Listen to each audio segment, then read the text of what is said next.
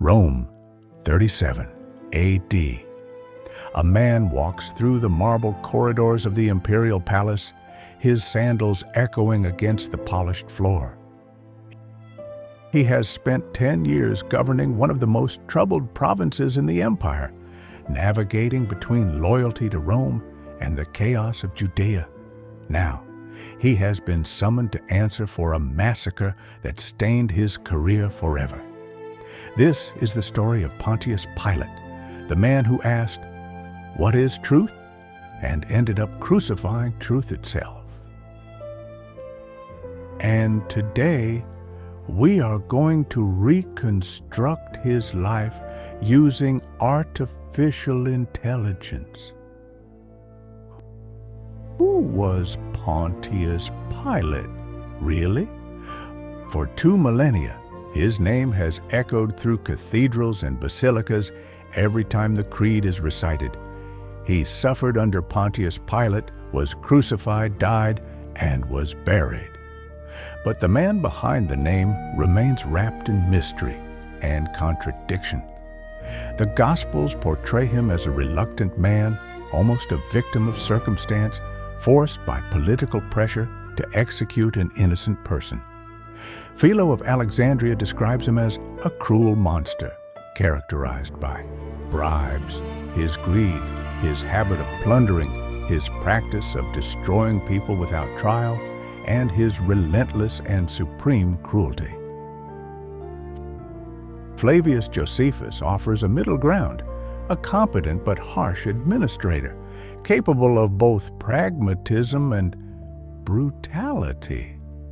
Was he a sadistic villain who enjoyed tormenting the Jewish people? A cowardly bureaucrat who sacrificed justice for political convenience?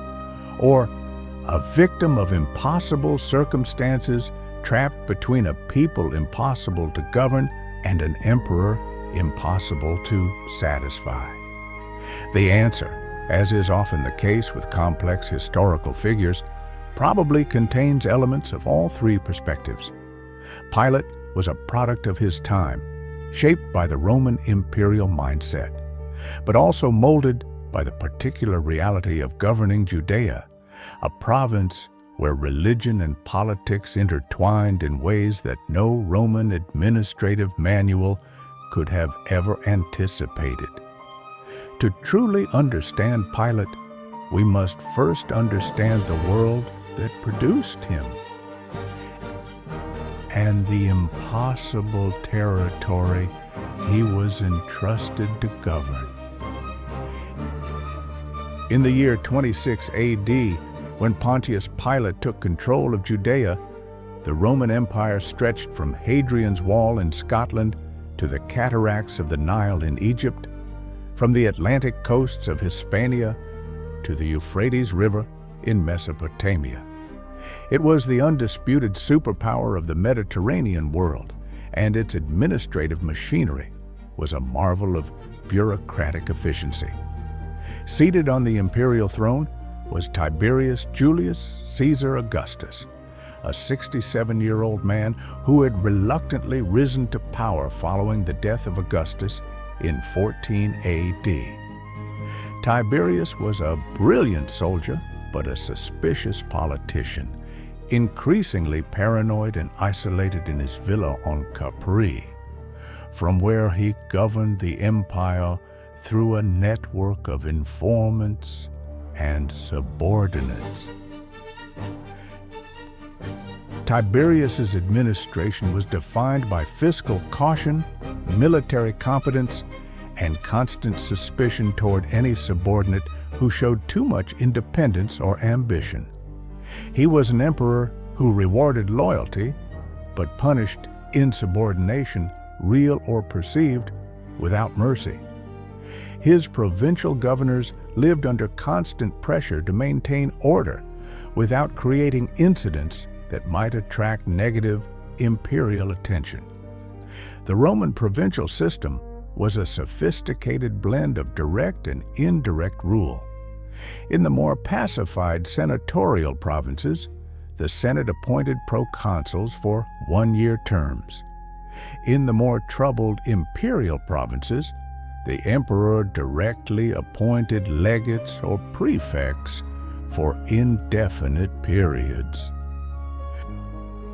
Judea belonged to this second category. It was considered a minor but troublesome province, important enough to require direct imperial attention, but small enough to be entrusted to an equestrian rank prefect rather than a senatorial legate. It was exactly the kind of posting where an ambitious man could make his career or destroy it completely. Pontius Pilate belonged to the Ordo Equester, the class of Roman knights, the second tier of Roman aristocracy after the senators. The Pontii were a respectable but non-aristocratic family from central Italy, probably from the Samnium region, known for producing tough soldiers and capable administrators. The cognomen Pilatus possibly derived from pilum, the Roman javelin, suggesting perhaps that an ancestor had distinguished himself on the battlefield. Alternatively, it could derive from pileatus, referring to the conical cap worn by freed slaves, which might indicate that the family had only recently risen to equestrian status. Pilate's career followed the typical cursus honorum of an ambitious knight. He likely served as a junior officer in the legions, perhaps in Germania or the Danubian provinces, where he learned the art of war and Roman military discipline. Historical records suggest that he distinguished himself enough to attract the attention of Lucius Aelius Sejanus, the powerful Praetorian prefect of Tiberias. Sejanus was the second most powerful man in the empire. He controlled access to the emperor and directed the imperial security apparatus.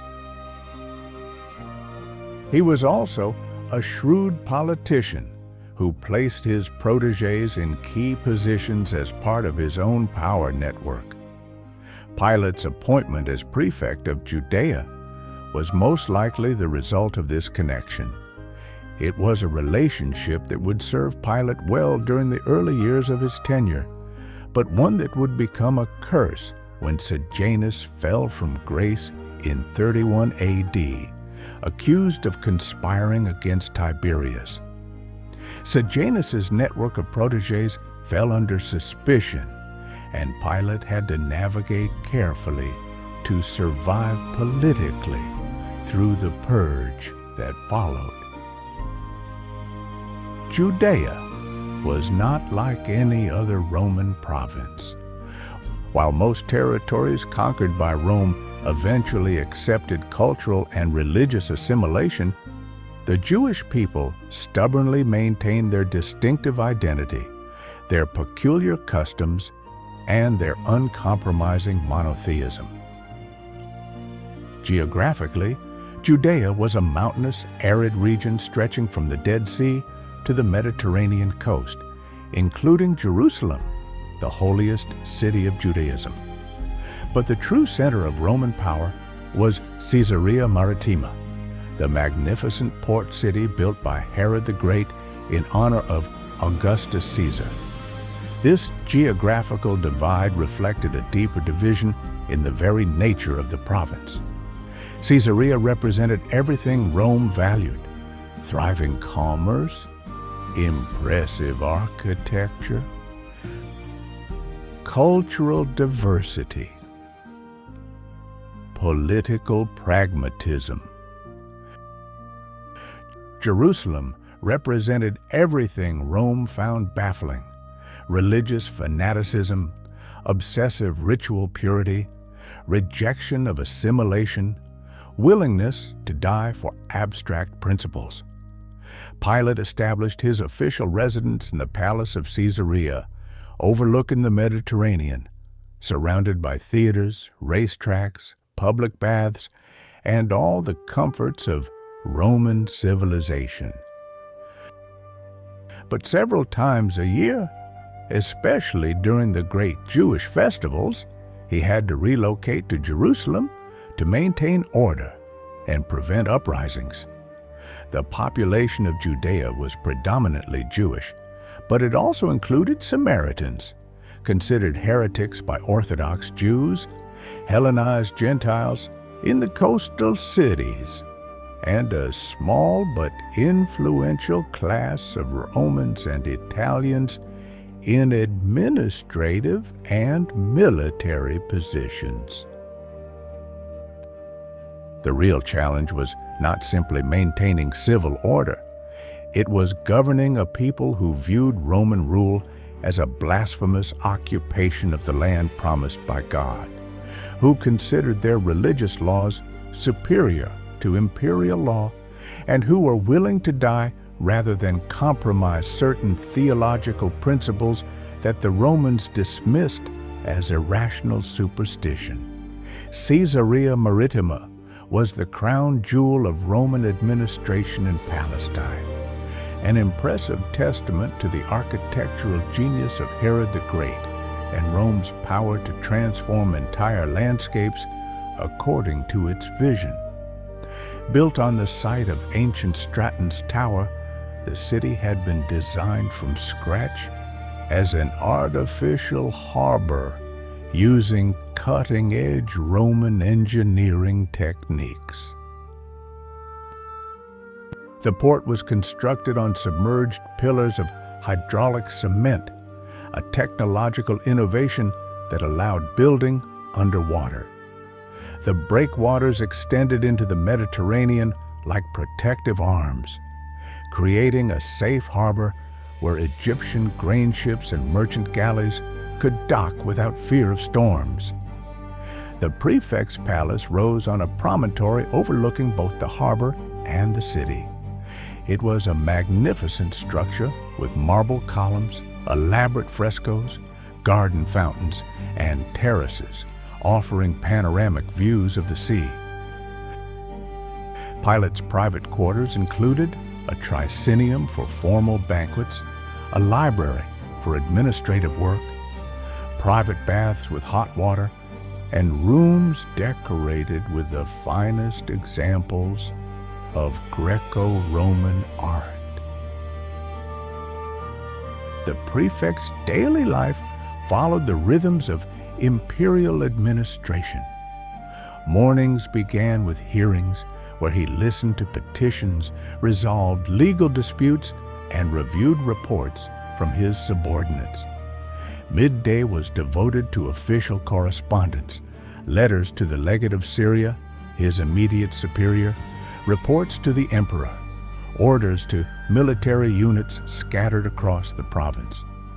Afternoons were reserved for physical exercise in the private gymnasium, bathing in the thermae, and socializing with other Romans, military officers, wealthy merchants, visiting dignitaries. Evenings might include elaborate banquets with Falernian wine, lyre music, poetry recitations, and conversations about philosophy, politics, and literature. It was a life of considerable luxury, but also of deep cultural isolation. Pilate lived in a Roman bubble inside a province that fundamentally rejected everything that bubble represented. Although historical records are limited, we know that Pilate was married to a woman named Claudia Procula, possibly connected to the imperial family through the lineage of Augustus. This matrimonial connection was no accident. In the Roman political system, marriages were strategic alliances that consolidated networks of power and influence.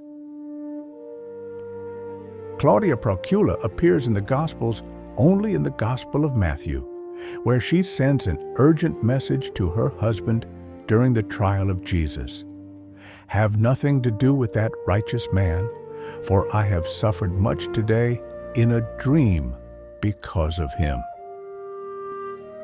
This brief appearance has generated centuries of speculation.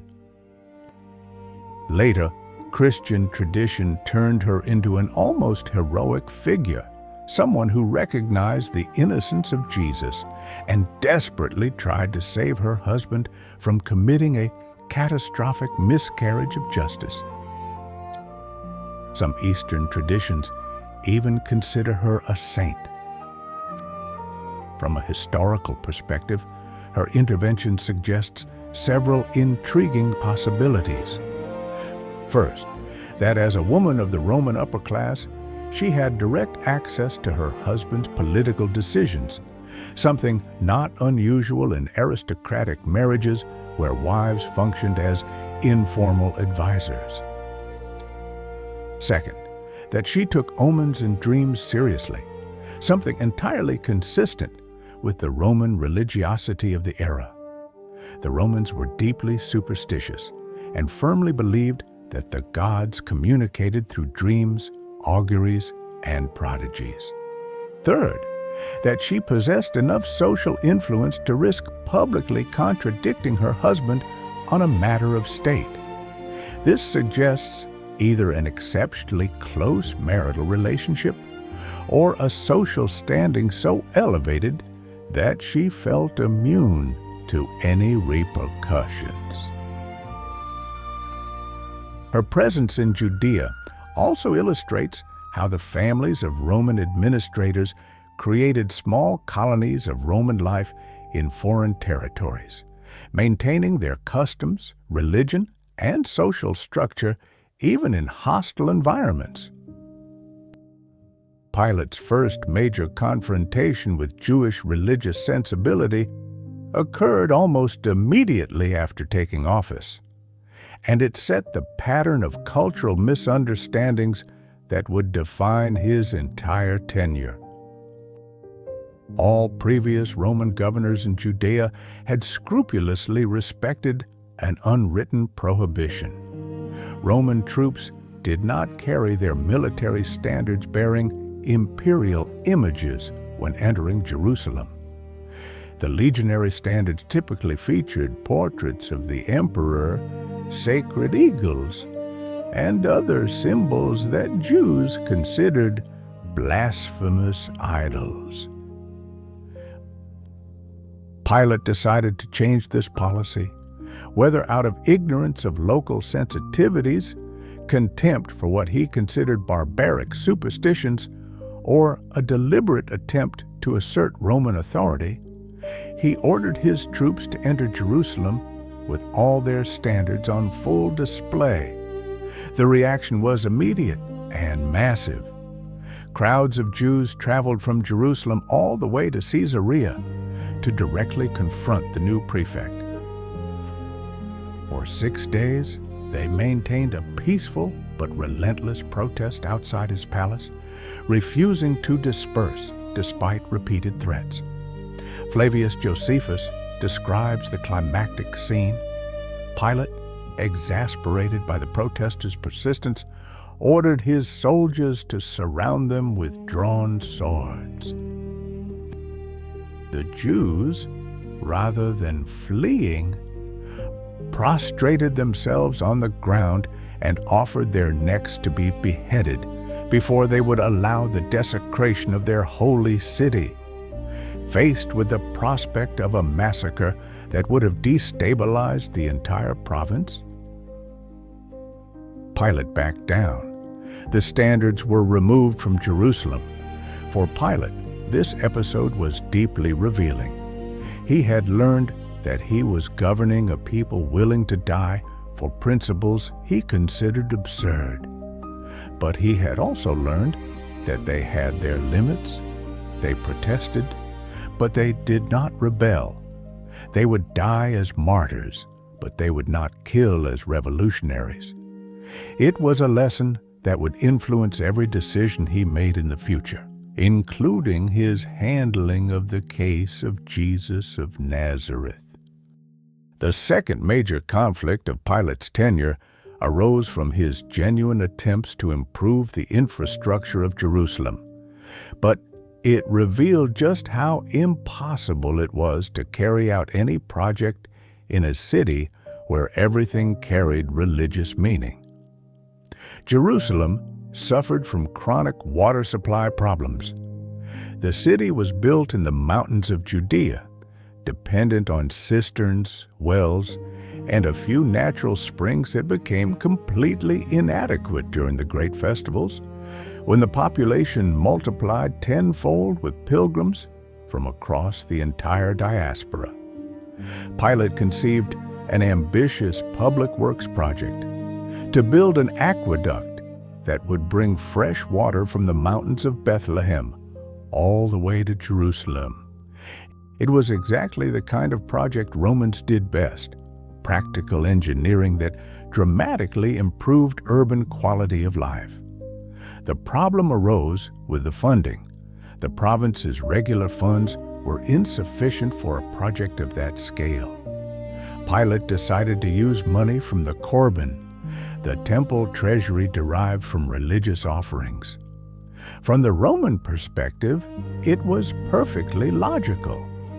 The money would be used to benefit the very city where the temple stood. The citizens of Jerusalem would receive clean, abundant water. It was a sensible public investment. From the Jewish perspective, it was intolerable sacrilege. The temple treasury was sacred money, dedicated exclusively to religious purposes. Using it for secular projects, no matter how beneficial, was desecration. When the project was announced, massive protests erupted. Pilate, remembering the lesson of the standards incident, attempted to handle the situation with greater sophistication. Rather than confronting the protesters directly, he ordered soldiers dressed in civilian clothing to blend into the crowd, carrying clubs hidden beneath their tunics. When the protests reached their peak, Pilate gave a prearranged signal. The soldiers drew their weapons and attacked the demonstrators in the middle of the crowd. The massacre that followed was chaotic and brutal. Many died not only from the blows of the soldiers, but were crushed in the stampede that followed. The aqueduct was built. Water reached Jerusalem. But the blood shed in the process stained Pilate's relationship with the Jewish population forever. He was no longer simply an insensitive Roman administrator. He was a killer of innocent pilgrims. The third major conflict of Pilate's tenure demonstrated that even a powerful prefect had strict limits to his authority, especially when his actions threatened regional stability. Pilate had commissioned a series of golden votive shields to be placed in his Jerusalem residence during his official visits. The shields contained no images, only dedicatory inscriptions mentioning Emperor Tiberius and Pilate himself. From a Roman legal standpoint, they did not technically violate Jewish iconoclastic sensibilities. But the Jewish aristocracy, led by members of the Herodian family including Herod Antipas, saw the shields as yet another deliberate provocation. They were not images, but they were symbols of imperial cult in the heart of the holy city. What made this conflict different was the Jewish response. Instead of organizing public protests that Pilate could violently suppress, the Jewish leaders appealed directly to Emperor Tiberius himself. They wrote a formal letter denouncing the shields as a violation of the religious privileges that Rome had historically guaranteed to the Jewish people. The letter was a masterpiece of legal diplomacy. It did not directly attack Pilate or question Roman authority. It simply reminded the emperor that Augustus and Tiberius himself had promised to respect Jewish religious customs. The shields, they argued, violated those imperial guarantees. Tiberius's response was swift and devastating for Pilate. The emperor immediately ordered the removal of the shields and their transfer to an imperial temple in Caesarea, far from Jerusalem. But the most humiliating part was the tone of the imperial letter. Tiberius rebuked Pilate for his inflexibility and relentless cruelty, and warned him that future similar incidents would have severe consequences for his career. It was the first time Pilate had received direct censure from the emperor. It made unmistakably clear that no matter how much power he held in Judea, he was completely subordinate to imperial will. And it set a dangerous precedent. The Jewish leaders had learned that they could appeal over his head directly to Rome. This dynamic would prove crucial years later during the trial of Jesus, when the religious leaders threatened to report Pilate to Caesar if he refused to execute the Galilean prophet. 3 times a year, during Passover, Pentecost, and Tabernacles, Jerusalem transformed from a provincial city of around 50,000 permanent inhabitants into a packed metropolis of up to 400,000 pilgrims. Jews from Egypt, Babylon, Rome, Alexandria, Asia Minor, and across the entire Mediterranean converged on the holy city to fulfill their religious obligations. The logistics were overwhelming. Private homes filled with guests, tents and temporary shelters covered the surrounding hills. Food and lodging prices skyrocketed. The streets became rivers of humanity, practically impassable. The water system was stretched to its absolute limit. But the real challenge for Roman authorities was not logistical, it was psychological. Passover was not simply a religious festival, it was a commemoration of national liberation. It celebrated the Exodus from Egypt, when God had freed his people from foreign slavery. The parallels with the current Roman occupation were impossible to ignore. Sermons in the synagogues implicitly evoked themes of divine liberation. Traditional songs spoke of the downfall of foreign tyrants. Prayers called for the restoration of the kingdom of David. The entire religious atmosphere breathed messianic hope and anti-imperial resentment. For Pilate and other Roman administrators, Passover represented the moment of greatest danger to provincial stability. A minor incident could explode into a massive revolt. An accusation of blasphemy could escalate into armed rebellion. A wrongful arrest could unleash an uprising that would require military intervention from Syria. That is why Pilate came personally to Jerusalem during Passover, bringing additional military reinforcements and establishing his temporary residence in the Antonia fortress, adjacent to the temple. His presence was both symbolic and practical. Rome was watching. Imperial authority was present and prepared to act. It was in this explosive atmosphere during the Passover of 33 AD that a Galilean rabbi named Jesus would be arrested, tried, and executed in a legal process that would lay bare every political, religious, and cultural tension that had defined Pilate's entire tenure. When Jesus of Nazareth was brought before Pilate in the early hours of that Passover Friday, the Roman prefect found himself facing a prisoner completely unlike any he had ever judged. The typical Jewish revolutionaries who appeared before Roman tribunals were usually one of two types: religious fanatics who shouted denunciations against Rome and cried out for martyrdom, or opportunistic bandits who denied everything and begged for mercy. Jesus fit neither category. When Pilate asked, "Are you the king of the Jews?" he expected a predictable answer. A revolutionary would have shouted defiance. An impostor would have denied everything.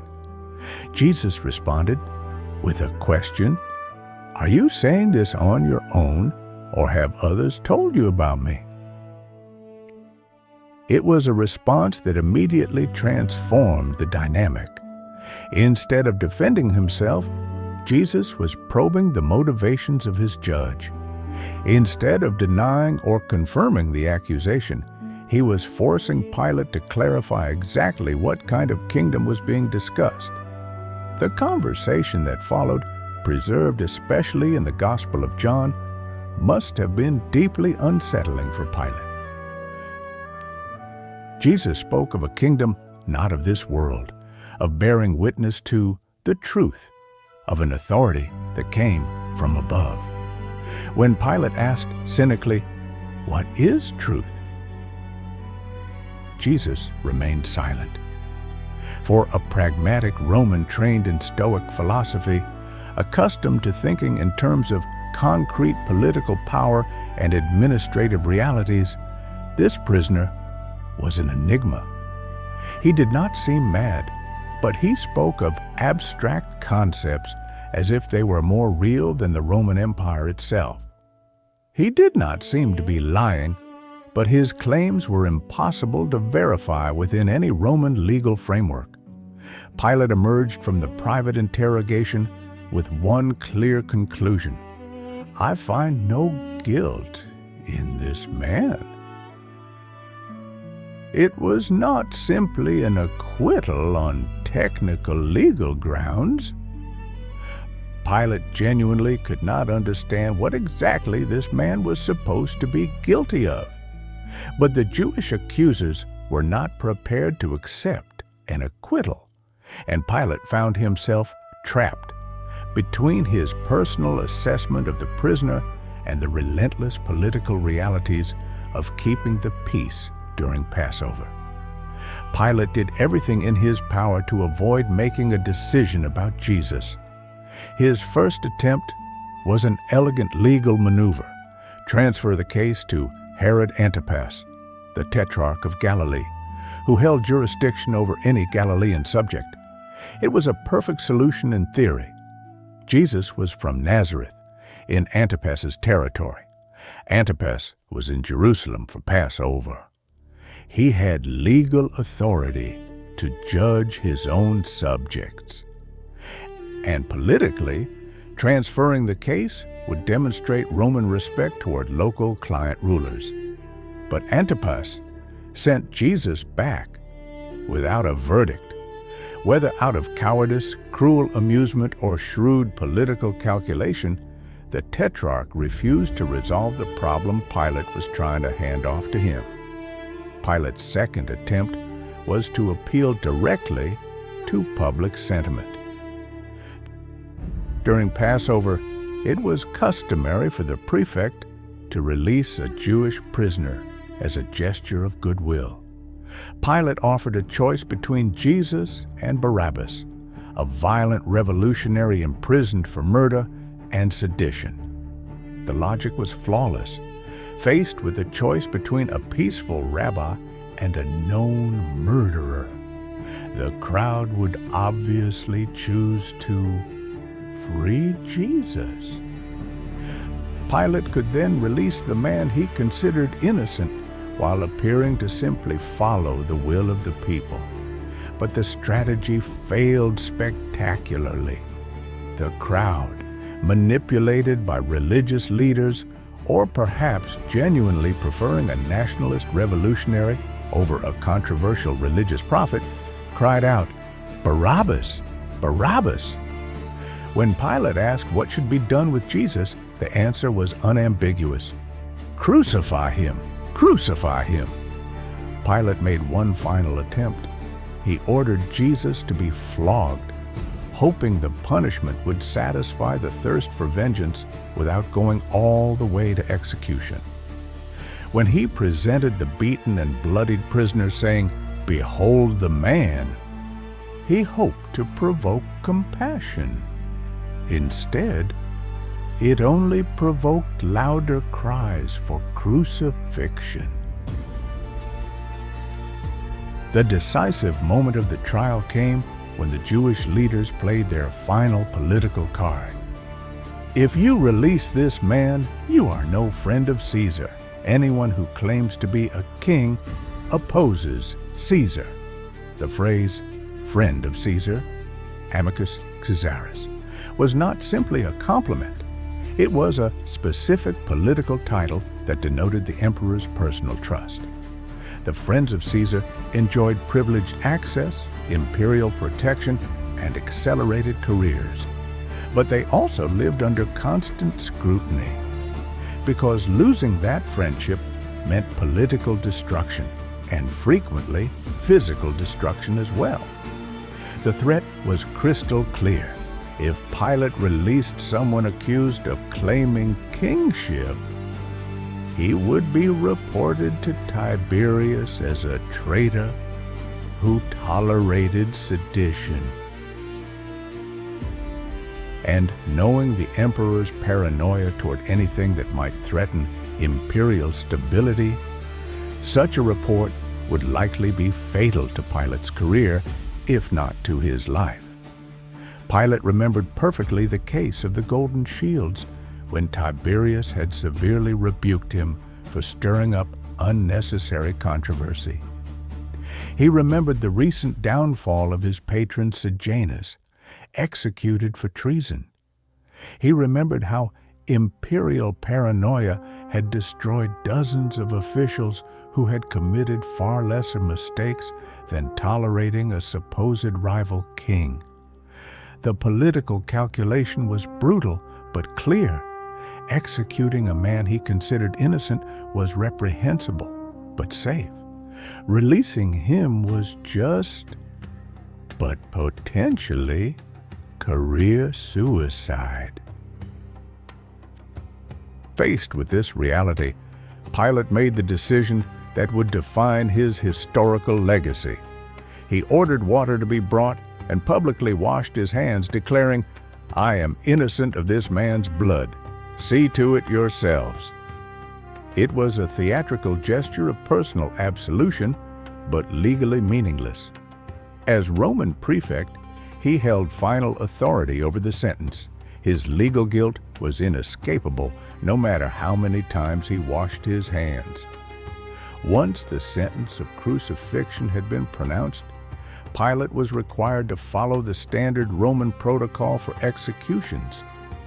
But in the specific details of how he handled the execution of Jesus, he revealed both his contempt for the Jewish religious leaders and his persistent belief in the innocence of the condemned man. Roman crucifixion typically included a titulus crucis, an inscription that identified the criminal and his specific offense. This served both as a humiliation of the condemned and as a public warning to other potential offenders.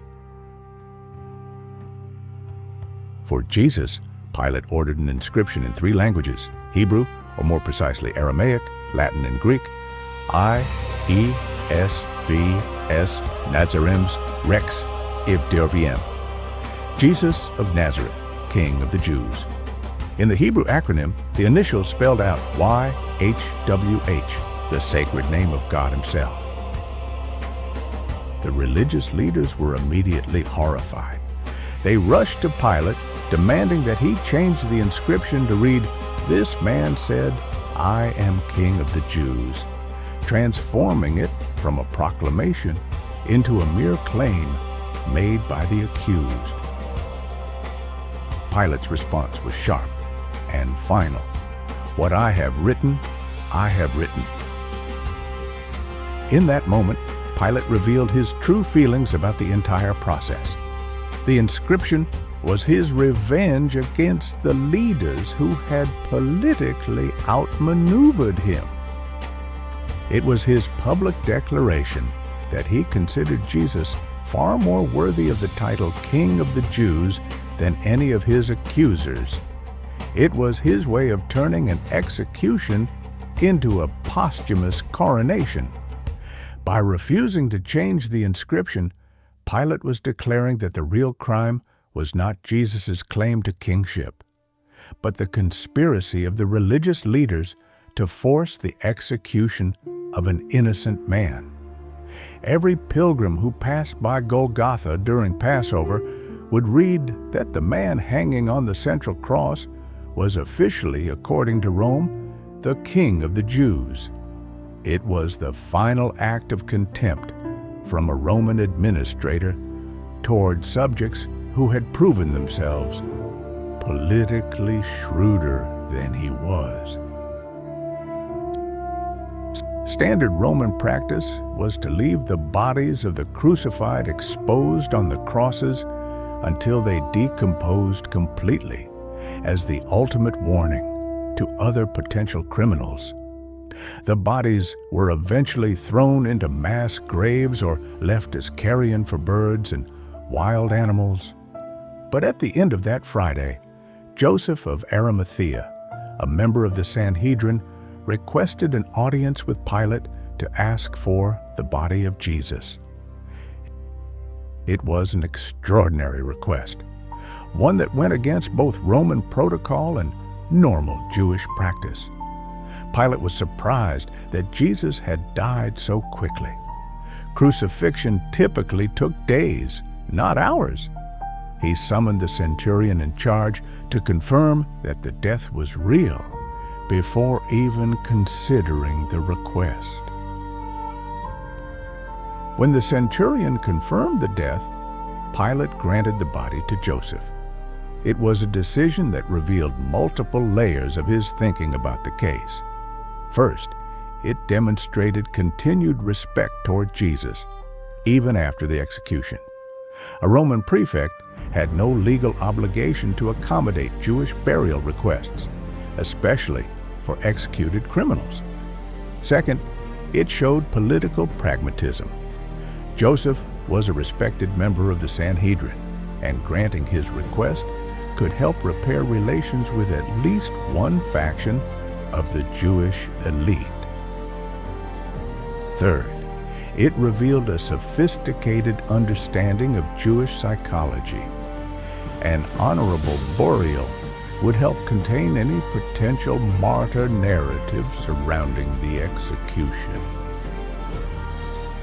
A body rotting on a cross could become a symbol of resistance.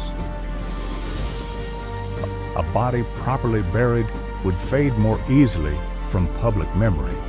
But ironically, by allowing the honorable burial, Pilate inadvertently made possible the later Christian narrative of death and resurrection.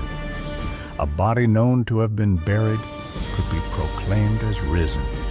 A body lost in a mass grave would have been impossible to connect with any claim of post-mortem survival.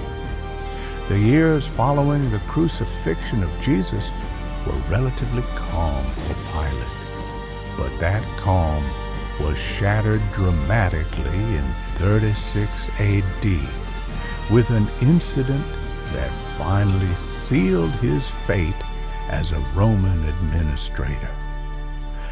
The Samaritans, the religious rivals of the Jews who worshipped at Mount Gerizim rather than Jerusalem, were drawn by a prophet who promised to show them the sacred vessels that Moses had supposedly buried on their holy mountain.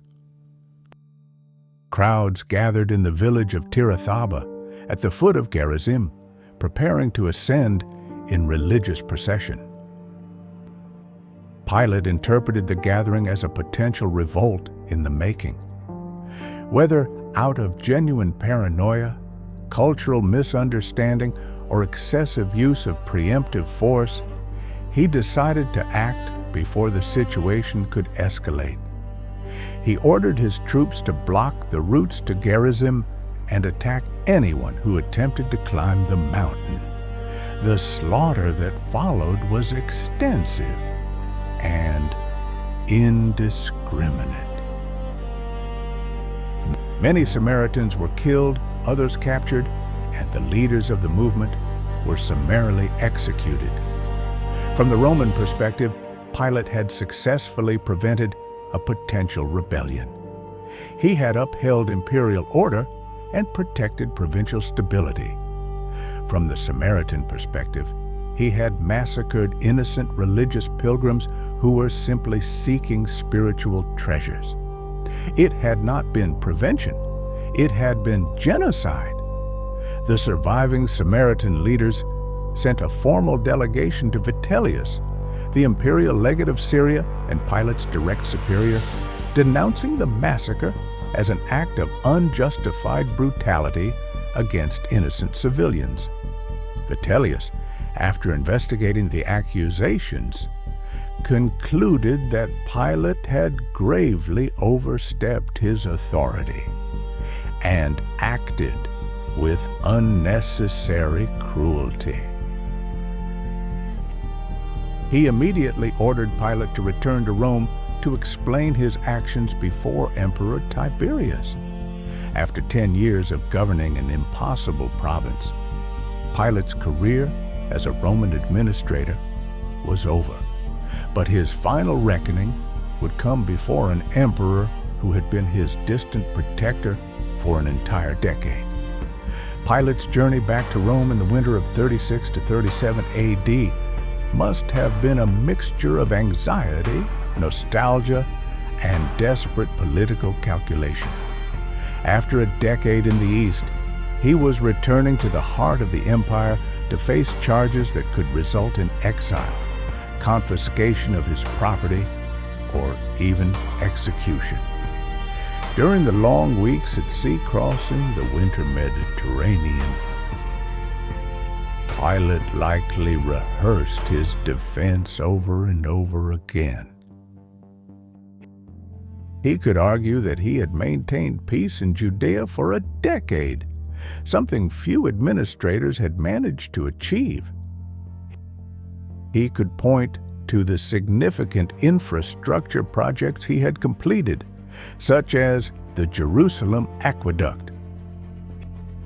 He could emphasize his unwavering loyalty to the empire and his firmness against sedition. But he also knew that Tiberius had changed during his years on Capri.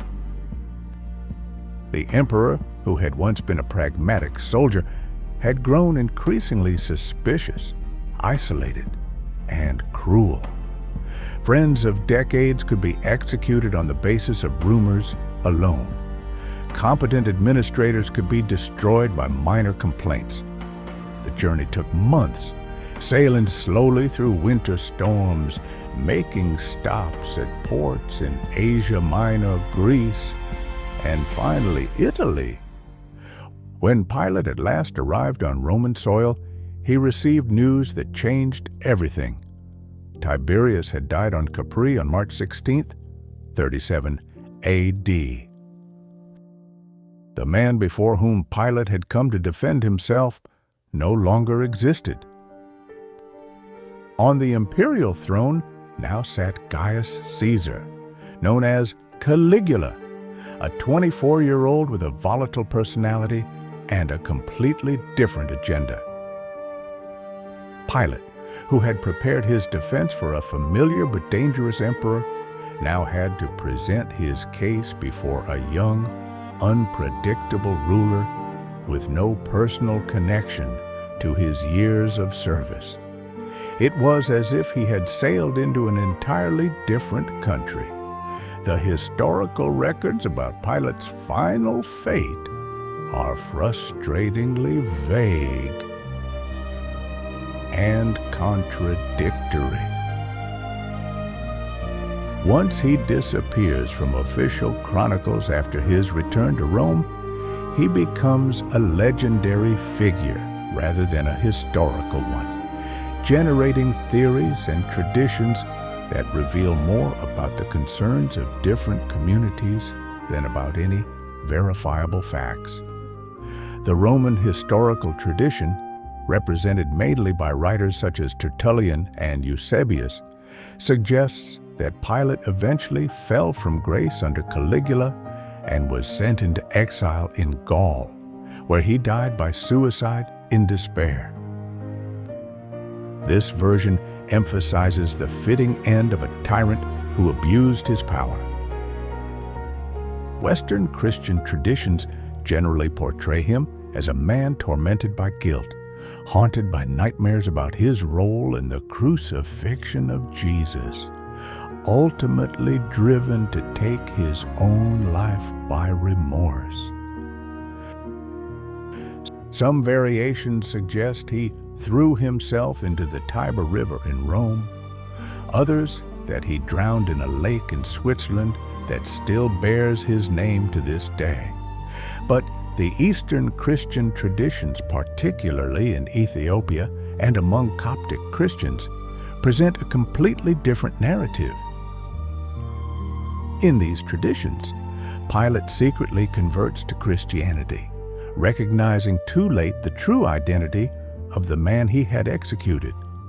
Some versions portray him as an eventual martyr, executed for his Christian faith. The Ethiopian Coptic Church even venerates Pilate as a saint, celebrating his feast day on June 19th alongside his wife Claudia Procula. In this tradition, his question, "What is truth?" becomes not philosophical cynicism, but a genuine spiritual search that eventually finds its answer. The diversity of these traditions reflects the fundamental moral ambiguity of Pilate as a historical figure. He was simultaneously perpetrator and victim, judge and judged, powerful and powerless. Different communities projected their own theological and political concerns onto his memory. For centuries, skeptics questioned the historical existence of Pontius Pilate, arguing that he might be a later Christian invention designed to lend historical credibility to the gospel narratives. Some scholars suggested that the specific details about his administration were simply too precise to be authentic. Those doubts were dramatically silenced in 1961, when Italian archaeologists excavating a Roman theater in Caesarea Maritima discovered a limestone slab bearing a partially damaged but clearly legible Latin inscription. The inscription reads, Tiberium Pontius Pilatus, Praefectus Iudaeae, fecit. Translated, it reads approximately, of Tiberius, Pontius Pilate, prefect of Judea.